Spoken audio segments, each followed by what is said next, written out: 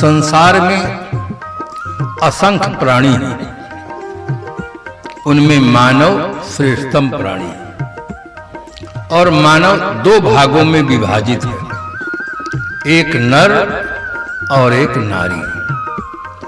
दोनों समान प्राणी हैं, कोई बड़ा नहीं कोई छोटा नहीं। दोनों को भौतिक विकास करने का, आध्यात्मिक विकास करने का जन्म सिद्ध समानाधिकार प्राप्त है।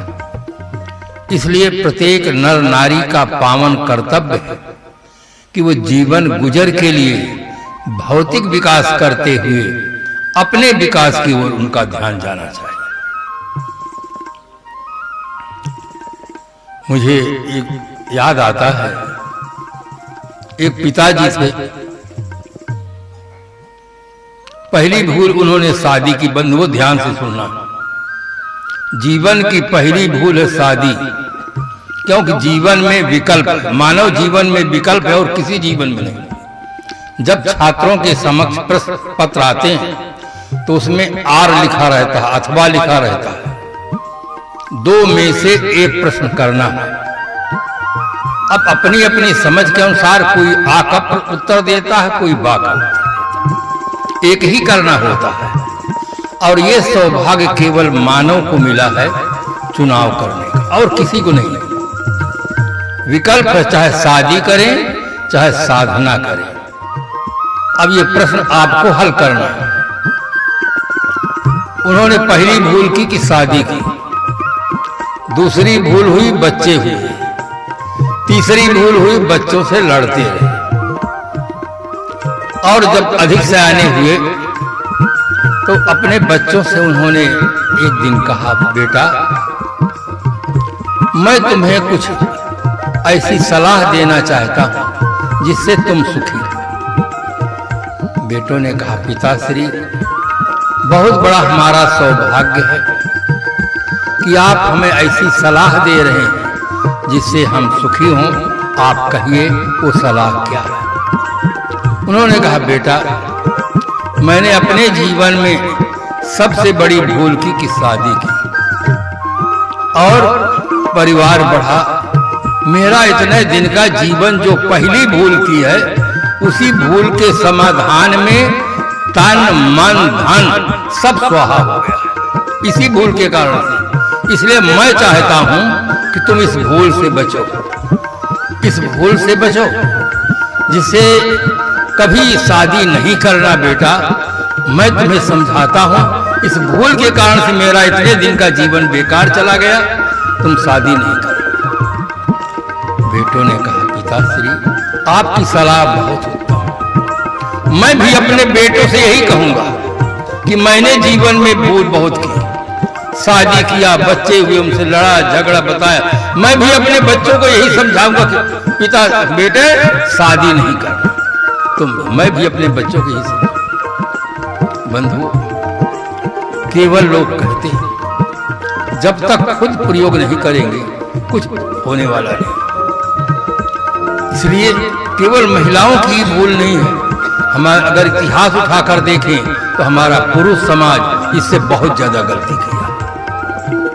आप रामायण के ज्ञाता है, छत्तीसगढ़ में रामायण बहुत होती है। रामायण जहां बनी है वहां से हमारा आश्रम करीब 15 किलोमीटर की दूरी पर है, किंतु वहां इतना प्रचार नहीं। प्रचार था किसी समय में, अब तो हाल के लोग देखते ही। अब लोग इतना व्यस्त है कि रामायण की ओर ध्यान ही नहीं जाता। सबसे अधिक ध्यान गया है, पहला नंबर का क्षेत्र है छत्तीसगढ़, दूसरा नंबर है सौराष्ट्र। सौराष्ट्र में भी रामायण का बहुत अच्छा प्रचार है, किंतु यहाँ देखिए उस रामायण को पढ़िए। अगर दशरथ जी भूल नहीं किए होते, 3 रानी का संबंध नहीं किया होता, 1 रानी होती तो महाराज श्री राम को वन नहीं जाना पड़ता और दशरथ जी को प्राणों से हाथ नहीं धोना पड़ता, पूरी अयोध्या नगरी में हाहाकार नहीं होता। एक दशरथ जी की भूल के कारण से ये पूरा सब कांड हुआ। 3 पत्नी थी और गोस्वामी जी लिखते हैं, एक धर्म एक व्रत नेमा, काय वचन मन पति पद प्रेम। बहुत बढ़िया सलाह दी। किंतु पुरुषों के लिए उन्होंने कुछ नहीं कहा। पुरुष चाहे 3 पत्नी रखे, बड़े बड़े ऋषि कहलाने वाले 2-2 पत्नी रखते रहे, जंगल में रहते रहे, 2 पत्नी थी, अंतिम में उनको बैराग हुआ। तो इस प्रकार से पुरुष समाज में भी बहुत दोष है। पति और पत्नी दोनों के लिए एक कानून होना चाहिए, एक नियम होना चाहिए। अगर पत्नी के लिए पतिव्रत धर्म आवश्यक है तो पुरुष के लिए पत्नी व्रत धर्म आवश्यक है। आप रामायण पढ़िए, मंदोदरी रहती है, अब पुरुषों के लिए कोई उपदेश नहीं है। उसका परिणाम यह हुआ कि जब रावण का शरीर छूट जाता है तो विभीषण से स्वीकार कर लेता है। पापी माँ कहे कई बारा, कई पत्नी है धर्म तुम्हारा। अरे पापी विभीषण, तुमने कितनी बार इसको माँ कहा है, आज पत्नी बना लिए हो, यही तुम्हारा धर्म है। इसलिए बंधुओं, केवल कमजोरी एक वर्ग में नहीं है, कमजोरी दोनों वर्ग में, बहुत कमजोरी है। हमारा पुरुष समाज खाने के बाद तम्बाकू रगड़ता है, चाहे इनको हलवा खिला दो चाहे मालपुआ खिला दो, तम्बाकू रगड़ता है। उसमें हलवा में, मालपुआ में, लड्डू में, खीर में कोई मजा नहीं, तम्बाकू में मजा है। तम्बाकू चाहे खीर गले तक भर दो, तम्बाकू खाने की जगह बचा के रखता है। चाहे मौसमी का रस पिला दो, चाहे संतरा का रस पिला दो, बीड़ी पीने की जगह बचा के रखता है, सिगरेट पीने की बचा के रखता है, शराब पीता है। ये हमारी देवियां भोजन बना आप पा लेते हैं, बर्तन मांजते, धोती हैं, साफ करती हैं। और पुरुष समाज क्या करता है? अधिकांश पुरुष समाज ही नशा करता, महिलाओं में कम है जरूर, मैं कहीं कहीं देखता हूं, है जरूर, पर तो नाम मात्र है, 1% है, और यहाँ 90% से ज्यादा है। व्यसन मुक्त होना चाहिए हमारा समाज। मैं किसी का पक्ष नहीं लेता, ग्रंथ लेखक पुरुष लोग हुए, इसलिए पुरुष लोग अपने लिए कुछ नहीं लिखते। अगर ये देवी, मैं तो कहता हूं ब्रह्मचारिणी देवियों को भी कदम उठाना चाहिए और लिखना चाहिए। दोष चाहे जिसके हो, दोष होंगे तो आदमी दुखी होगा, चाहे नर हो चाहे नारी हो। ये दोष ही दुख के मूल कारण हैं। इसमें मुझे एक श्रीमद् भागवत महापुराण की कथा याद आती है। एक राजा चक्रवर्ती सम्राट, उसका नाम है राजा पुरूरवा। श्रीमद् भागवत महापुराण की कथा। चक्रवर्ती सम्राट है, उसका विशाल पतन हुआ है। उसके मन में बहुत बड़ी ग्लानि पैदा हो गई कि मैं चक्रवर्ती सम्राट और मेरा इतना विशाल पतन, इस पतन का कारण क्या है? क्यों मेरा इतना पतन हो गया? ये घड़ी भी तेज चलती है, मैं भी थोड़ा उसी के अनुसार चलूं तो ठीक है। उसने पतन के खास कारण पर मैं बताता हूं कि खास कारण क्या है। वहां लिखा गया कि में तया नो अपकृतम रज्ज्वा व सर्प चेतसा रज्जु स्वरूपा विदुषो यो अहम यद अजितेन्द्रिया। पतन के अंतिम कारण पर जब वो विचार किया तब कहता है जैसे मार्ग में रस्सी पड़ी, रस्सी को देखकर कोई व्यक्ति सर्प की कल्पना करके दौड़े और गिर पड़े, चोट लगे, तो रस्सी का कोई दोष? रस्सी का कोई दोष नहीं है। जिस व्यक्ति ने रस्सी में सर्प की कल्पना की, दौड़ा, गिर पड़ा, चोट लगी, उस व्यक्ति का दोष है, रस्सी का कोई दोष नहीं। इसी प्रकार से इन उर्वशियों का कोई दोष नहीं है, दोष मेरा है। यो यद अजितेन्द्रिया, जो मुझ में अजितेंद्रिय दोष है, इसी के कारण से मेरा विशाल पतन हुआ है। एक राजा है, इतना निष्पक्ष होकर चिंतन किया है कि दोष मेरा है, मुझ में जो अजितेंद्रिय दोष है, इस दोष के कारण से पतन हुआ है। विश्व के जितने नर नारी हैं, अरबों नर नारी हैं, सबके पतन का यही कारण है, अजितेंद्रिय दोष। अगर ये दोष न होता तो हर आदमी स्वतंत्र होता, चाहे नर हो चाहे नारी हो। जो अपने मन इंद्रियों पर कंट्रोल कर लिया है वो निर्दोष जीवन जी रहा है, स्वतंत्र जीवन जी रहा है। और जिनके जीवन में ये दोष है वो परतंत्र जीवन जी रहे हैं। रामायण उठाकर देखो, नारियों के लिए सुमैना कहती है कच बिरस जी नारी जग माही, पराधीन सुख सपने नहीं। लेखक के मन में नारी जात के प्रति कितनी करुणा है, उसकी स्थिति को देखकर उसके मन में कितना दर्द है कि ऐ विधाता, तूने नारी को बनाया क्यों है? पराधीन सुख सपने नहीं, इनका जीवन पराधीन होता है, सपने में भी इनको सुख नहीं। और व्यवहारिक जगत में उदाहरण लें, आप लोग ताश खेलते होंगे, ताश में 52 पत्ते होते हैं। 52 पत्ते में 3 पत्ते ऐसे होते हैं जिसमें आदमी का फोटो रहता है। नहला दहला के बाद एक गुलाम, एक बेगम, एक बादशाह। खेले बहुत होंगे पर सोचे नहीं होंगे कि ये बनाया किस लिए। मनोरंजन के साथ साथ आदमी एक बुद्धिजीवी प्राणी है। ये वर्ड टू दी वाइज, बुद्धिमान के लिए एक शब्द पर्याप्त होता है, संकेत पर्याप्त होता है, किंतु वो पर्याप्त हुआ नहीं। गुलाम वो होता है जो बेगम से हार जाता है, वो गुलाम होता है, और जो बेगम से जीत जाता है वो बादशाह होता है। अब बताने की खास जरूरत नहीं रही, सब लोग जानते हैं। वहां स्त्री का फोटो है, वास्तव में इंद्रियां स्त्रीलिंग में है। जो व्याकरण पढ़ते हैं वो अच्छी तरह से जानते हैं इंद्रियां स्त्रीलिंग में है। इंद्रियों पर जो विजय प्राप्त कर लेता है वो बादशाह हो जाता है, जो इंद्रियों से निगृहित हो जाता है वो गुलाम हो जाता है, उसका जीवन पराधीन है।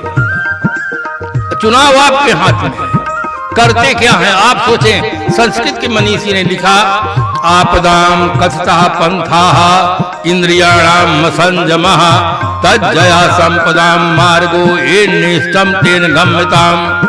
लेखक बहुत स्वतंत्र है, आपको परवश नहीं करता है कि जो मैं कहता हूं वो करो, ऐसा नहीं कहता। आप स्वयं सोचें, आपदाम कथितः पंथाः इंद्रियाणाम असंयमः। इंद्रियों का असंयम आपत्ति का पथ। बोलने में थोड़ा सा संयम हट जाता है तो तुरंत महाभारत चालू हो जाता है। महारानी सीता जी के जीवन में जो दुख आया है, आप पढ़िए। गोस्वामी जी की रामायण में थोड़ा सा वर्णन हम मर्म वचन सीता जब बोले, ऐसा लिख दिया। आप वाल्मीकि रामायण को पढ़िए जो सही रामायण है, उसमें आपको पता चले गया कि महारानी सीता जी ने लक्ष्मण जी को क्या कहा है। लक्ष्मण जी सहन नहीं कर सके, तब लक्ष्मण जी वहां से जाते हैं। महारानी सीता जी के जीवन में जो दुख आया है, केवल वाणी पर संयम न करने का परिणाम नहीं मिला। और महाभारत में द्रौपदी के वाणी में जो संयम नहीं रहा, उसके कारण से दुख हुआ है। अब आज घरों घर में जो हो रहा है, उस पर बहुत बड़ा कारण है वाणी पर संयम न रखना। हर बहू को सुनना चाहिए ठीक से। बहू जो सास होती है वो माँ के समान होती है। जैसे हम अपने माँ का आदर करते हैं, इसी प्रकार से बहुओं को सास का आदर करना चाहिए। एक माँ वो है जिसने हमें जन्म दिया है, दूध पिलाया है, चलना सिखाया है, भाषा सिखाया है, पाला पोसा बड़ा किया है। दूसरी माँ सास है जिन्होंने अपने बच्चे को पालन पोषण करके हमें पति के रूप में दिया। इसलिए हर बहू अगर सास को माँ के समान समझे और हर सास बहू को पुत्री के समान प्यार दे, तो घर में स्वर्ग उतर सकता है, सारा वैमनस्य समाप्त हो सकता है। भाव जगत केवल बिगड़ गया है। आज पदार्थ बहुत है, आज खाने की कमी नहीं, पहनने की कमी नहीं, रहने की कमी नहीं है। कमी है तो केवल भाव जगत विकृत हो गया है। भाव जगत जब विकृत हो जाता है तब भाषा बिगड़ती है, स्वभाव बिगड़ता है, जीवन बिगड़ता है, सब बिगड़ जाता है। इसलिए सबसे ज्यादा आवश्यक है कि हमारा भाव जगत सुंदर है। आंतरिक विकास आदमी नहीं कर रहा है, भौतिक विकास तो बहुत ज्यादा हो रहा है। विज्ञान ने हमें धरती पर दौड़ना सिखाया है, आकाश में उड़ना सिखाया है, जल में तैरना सिखाया है, परंतु खेत के साथ कहना पड़ता है विज्ञान हमें जीवन जीना नहीं सिखाया। जीवन अभिशाप बनता चला जा रहा है। ऐसे ऐसे साधन बनते जा रहे हैं कि क्षण मात्र में लाखों आदमी को मार डाला जाए। पूरा जीवन प्रयास किया जाए तो एक मुर्दा को जिंदा नहीं कर सकते। मारने का साधन बनता चला जा रहा है, जिलाने का साधन नहीं बन रहा। वैचारिक विकृति आज बहुत ज्यादा बढ़ती चली जा रही है। और उसी का परिणाम है कि चारों तरफ समस्याओं का अंबार लगा है, केवल विचारों की खराबी हो गई। आज वैचारिक क्रांति की सबसे बड़ी जरूरत है, वैचारिक क्रांति की। अगर वैचारिक क्रांति हो जाए तो हमारे समाज में, हमारे देश में जो हो रहा है सब समाप्त हो सकता है। अगर हमारे देवियां ये सजग हो जाए, ठीक से पूरी रत्नावली की तरह तैयार हो जाए, तो आधुनिक युग के जो तुलसीदास है, इनको डॉक्टर के पास जाने की जरूरत नहीं पड़ेगी, इनको नसबंदी ऑपरेशन की जरूरत नहीं पड़ेगी। किंतु देवियां रत्नावली नहीं बन पा रही, उनके अंदर वो साहस नहीं हो रहा है, उनके अंदर वो भाव नहीं जम रहे हैं कि हमारी कमजोरी का लाभ ये समाज पूरा उठा रहा है। देवियां जागने की आवश्यकता है। आज हमारी बहनें शिक्षित हैं, मास्टर हैं, डॉक्टर हैं, वकील हैं, नेता हैं, किंतु निर्विकार जीवन जीने की क्षमता उनके पास नहीं रही है, क्योंकि वो साधु समाज से दूर है, संत साहित्य से दूर है। और याद रखना बंधुओं, अगर कोई भी आदमी संत समाज से दूर रहेगा, संत साहित्य से दूर रहेगा, तो वो धन कमा सकता है, परिवार बढ़ा सकता है, किसी पद पर प्रतिष्ठित होकर काम कर सकता है, किंतु अपने जीवन को निर्विकार नहीं बना सकता। बड़े बड़े मंत्रियों को देखे, राष्ट्रपतियों को देखिए, उनके कितने बच्चे हैं और वो क्या कर रहे हैं, क्या खाते हैं, क्या पीते हैं।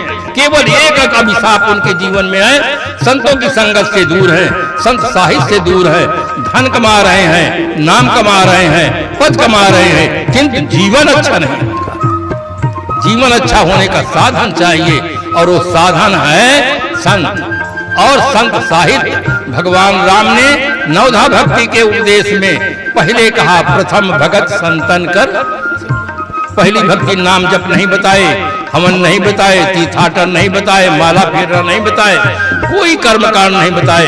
प्रथम भगत संतन कर। पहली भक्ति है संतों का संग। जीवन में संग का रंग लगता है, किंतु बहुत महंगा बता दिया संतों के संगत को। लोग सस्ती भक्ति चाहते हैं, संतों का संग करेंगे तो आप जानते हैं, संत अगर घर में आ गए तो एक लोटा पानी से नहा नहीं सकते, 1-2 बाल्टी पानी चाहिए। हमारे जो पारखी संत हैं उनको तो 8-10 बाल्टी चाहिए। फिर भोजन चाहिए, भोजन में भी ये नहीं कि आप थाली लगा करके घंटी बजा करके रख दो फिर अपना खा जाओ, ऐसा भी नहीं चलेगा, स्वयं खा जाएंगे। लोग सस्ती भक्ति चाहते हैं कि मूर्ति बना लिए भगवान राम की, हनुमान जी की, शंकर जी की, भोग लगा दिए, थोड़ी देर प्रतीक्षा किए, फिर क्या किए, टुन टुन टुन टुन घंटी हिलावे, झपक दे सब झपना, और ठाकुर जी का भोग लगावे, गपक जाए सब। आप किसी के यहाँ मेहमान बनकर जाइए, आपके सामने थाली रख दे, घर वाला खींच के खा ले, अगर समझदार होंगे तो जिंदगी भर उनके घर नहीं जाएंगे। ये बहुत खराब आदमी, हमारे सामने रख दिया, अपना लेके खा गए। सस्ती भक्ति लोग चाहते हैं, इससे कल्याण कुछ होने वाला नहीं है। सही भक्ति करो, भगवान राम ने बिल्कुल कहा कि सही भक्ति करो। प्रथम भगत संतन कर संगा। एक ऐसा परिवार, उसके एक ही लड़की थी, किंतु तो लड़की आलसी प्रकृति की थी। शादी हुई, ससुराल में गई, गर्मी का दिन था, परिवार बड़ा था। परिवार को देखकर उसके मन में चिंतन पैदा हुआ, अगर इतने बड़े परिवार के लिए मैं रोटी बनाऊंगी तो आंख रहेगी कि नहीं रहेगी। गैस का जमाना नहीं था, चूल्हा का जमाना था। सोचती रही, रात के प्रथम मिलन में पति को टाइट करती है, कहती है देखिए शादी आपके साथ हुई, मैं केवल आपके लिए रोटी बनाऊंगा, इतने परिवार के लिए रोटी नहीं बना सकता। अगर आपको स्वीकार हो तो मैं रहूंगी, और ना स्वीकार हो तो सुबह होते मैं अपने माता पिता के घर चली जाऊंगी। पति बहुत कमजोर स्वभाव का था। उसने कहा देवी, माता पिता के साथ तो 20 साल रहे हैं, अब तुम्हारे साथ है। कहे सुबह होते ही अलग होने का प्रस्ताव करना है, मैं इतने बड़े परिवार रोटी नहीं बना सकता। सुबह होते ही अलग होने का प्रस्ताव हुआ। माता पिता ने कहा बेटा हमसे क्या भूल हुई, तुम्हारे लिए तो हमने लाखों रुपया खर्च किया है, शादी किया है और सुंदर व्यवस्था दी है, क्या भूल हमसे हुई, एक रात में इतना बड़ा परिवर्तन। उसने कहा मैं कुछ सुनना नहीं चाहता, अलग करो। उसने तुरंत मेहमानों को बुलाया, सगे संबंधियों को बुलाया, सब समझाए। वो तो उसको पक्का गुरु मंत्र मिल गया था, इसलिए उसने कहा कि नहीं नहीं मैं किसी का कहना नहीं मानूंगा, अलग। बेचारे सब लाचार थे, अलग। कुछ दिन बीता, एक दिन उसका भाई दोपहर के समय आ गया। पति ने कहा नमस्कार हुआ, पानी दिए, खुश रहे। पति अंदर जाता है, पत्नी से कहता है आज तो 3 के लिए भोजन बनाना पड़ेगा, तुम्हारा भाई है, दोपहर के समय आया है। उसने कहा भाई हो चाहे कोई, मैं 2 छोड़ तीसरे का भोजन नहीं बनाऊंगा। उसने कहा कि तुम्हारा भाई बचपन में छोटी अवस्था में तुमको कितना खिलाया होगा, प्यार दिया होगा, दोपहर का समय भाई के लिए भोजन है। कहा चाहे कोई हो, मैं 2 छोड़ तीसरे भोजन। कहा क्या करोगे? कहा बुद्धिर्यस बलम तस् निर्बुद्धेषु कुतो बलम, जिसके पास बुद्धि है उसके पास बल है, मेरे पास बुद्धि है, मैं उपाय बताती हूँ। कहे क्या उपाय है? कहा आप अंदर चलिए। तो डंडा दिया, कहा इस दरवाजे में पीटो, अब मैं उस कमरे में जाकर रोती हूँ। अब भाई समझ जाएगा कि अभी तो ये माता पिता से अलग हो गए, इन दोनों में भी तालमेल नहीं, तो भोजन कौन बनाएगा? भाई अपने आप चला जाएगा। वो बेचारा लाचार है। कभी कभी ये हमारी देवियां पुरुषों को हाथी बनाकर छोड़ देती हैं। उठ कहो तो उठना पड़ता है, बैठ कहो तो बैठना पड़ता है, उनका पूरा अस्तित्व ही मिटा देती। अब वो व्यक्ति लाचार था, डंडा लिया, पीटने लगा। वो कमरे में जाकर जोरों से रोने लगी। भाई के मन में बड़ा दर्द हुआ, अरे मेरे रहते हुए अभी तो हंस रहे थे, अंदर जाने में क्या हो गया? मेरी बहन को पीटा जा रहा है, मैं ही बैठा हूं। उससे रहा नहीं गया, दरवाजा के अंदर प्रवेश किया और देखा तो बड़ा आश्चर्य में डूब गया कि डंडा कहीं मारा जा रहा है, रोने की आवाज कहीं से आ रही है। उसने कहा इसमें कोई राज है। पलंग बिछा हुआ था, गद्दा चद्दर बिछा हुआ था, पलंग के नीचे छिप करके बैठ गया। जब छिप करके बैठा, कुछ देर तक रोती रही, खूब चिल्लाती रही। उसने समझ लिया कि अब तो भाई चला गया। तो आती है पति के पास, धीरे से कहती है जाकर आप देखो दरवाजे पर भाई है कि चला गया। पति डंडा रख देता है, दरवाजे के बाहर जाता, वहां तो कोई नहीं है। पति भी खुश है, पत्नी भी बताता वहां तो कोई नहीं है। पत्नी खिलखिलाकर जोरों से हंसती है और हंसती हुई कहती है कि देखो आपने मुझे फुरफुर मारा नहीं, अब मैं फुरफुर रोई भी नहीं, भाई आया और चला गया। पति कहता है तुम्हारी बुद्धि का चमत्कार हो गया, तुम्हारी बुद्धि का चमत्कार हो गया। अब भाई अंदर बैठा सुन रहा है, भाई से रहा नहीं गया, वो भी निकलकर खड़ा हो गया और कहने लगा आपने इसको फुरफुर मारा नहीं, ये फुरफुर रोई नहीं, तो अभी फुरफुर में गया भी नहीं, मैं भी फुरफुर मतलब सही सही सही सही तुमने मारा नहीं, सही सही रोई नहीं, तो मैं सही सही। इसी प्रकार से बंधु अगर सही सही भक्ति नहीं करोगे, ये टुन टुन की घंटी की भक्ति करोगे तो कोई दोष जाने वाले नहीं है। चाहे जितना भजन करो, भक्ति करो, जब तक सही गुरु नहीं मिलेंगे और सही नहीं होगा तब तक कुछ दोष जाने वाले नहीं है। कोई समझदार आदमी कागज की गाय बनाकर विश्वास नहीं रखता है कि ये दूध देगी, क्योंकि उसको पक्का पता है चाहे जितना श्रद्धा और विश्वास रखो, जिंदगी भर विश्वास रखो, 1 तोला दूध नहीं मिल सकता। दूध के लिए हमें सच्ची गाय चाहिए, विद्या के लिए जीवित मास्टर चाहिए, दवा के लिए जीवित डॉक्टर चाहिए और बच्चे के लिए जीवित पत्नी चाहिए, खाली पूजा भर के लिए जीवित न चाहिए। कैसा भटका हुआ आदमी जब तक जीवित व्यक्ति। इसलिए भगवान राम ने क्रांतिकारी स्वर में कहा प्रथम भगत संतन कर संग, पहली भक्ति संतों का संग करो। भक्ति क्या चीज है, भक्ति क्यों करना चाहिए, कैसे करना चाहिए, कब करना चाहिए, भक्ति करने से क्या लाभ होता है, भक्ति न करने से क्या हानि होती है, इन सभी प्रश्नों का समाधान कौन करेगा? संत करेगा। अगर देखना हो तो बुक स्टॉल में पुस्तक है संगत कीजिए साधु की। धर्म का, भक्ति का, श्रद्धा का, तीनों का वास्तविक स्वरूप में लिखा गया है। इसलिए आवश्यक है कि जीवन में हमें वैचारिक क्रांति की बहुत बड़ी आवश्यकता है। जो हम कर रहे हैं वो केवल एक पक्ष के लिए नहीं, दोनों पक्ष के लिए बहुत जरूरी। जो शिक्षा होती है वो एक वर्ग के लिए नहीं होती, अध्यात्म की आवश्यकता इन देवियों को भी है, देवताओं को भी है।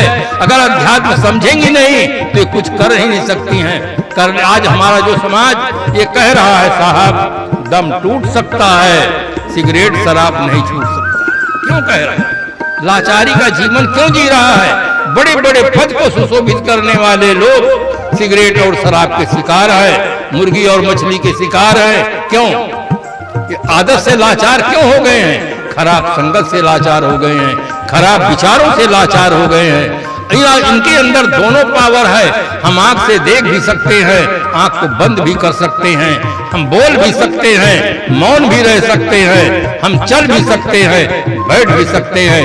दोनों शक्ति हमारे अपने पास में है।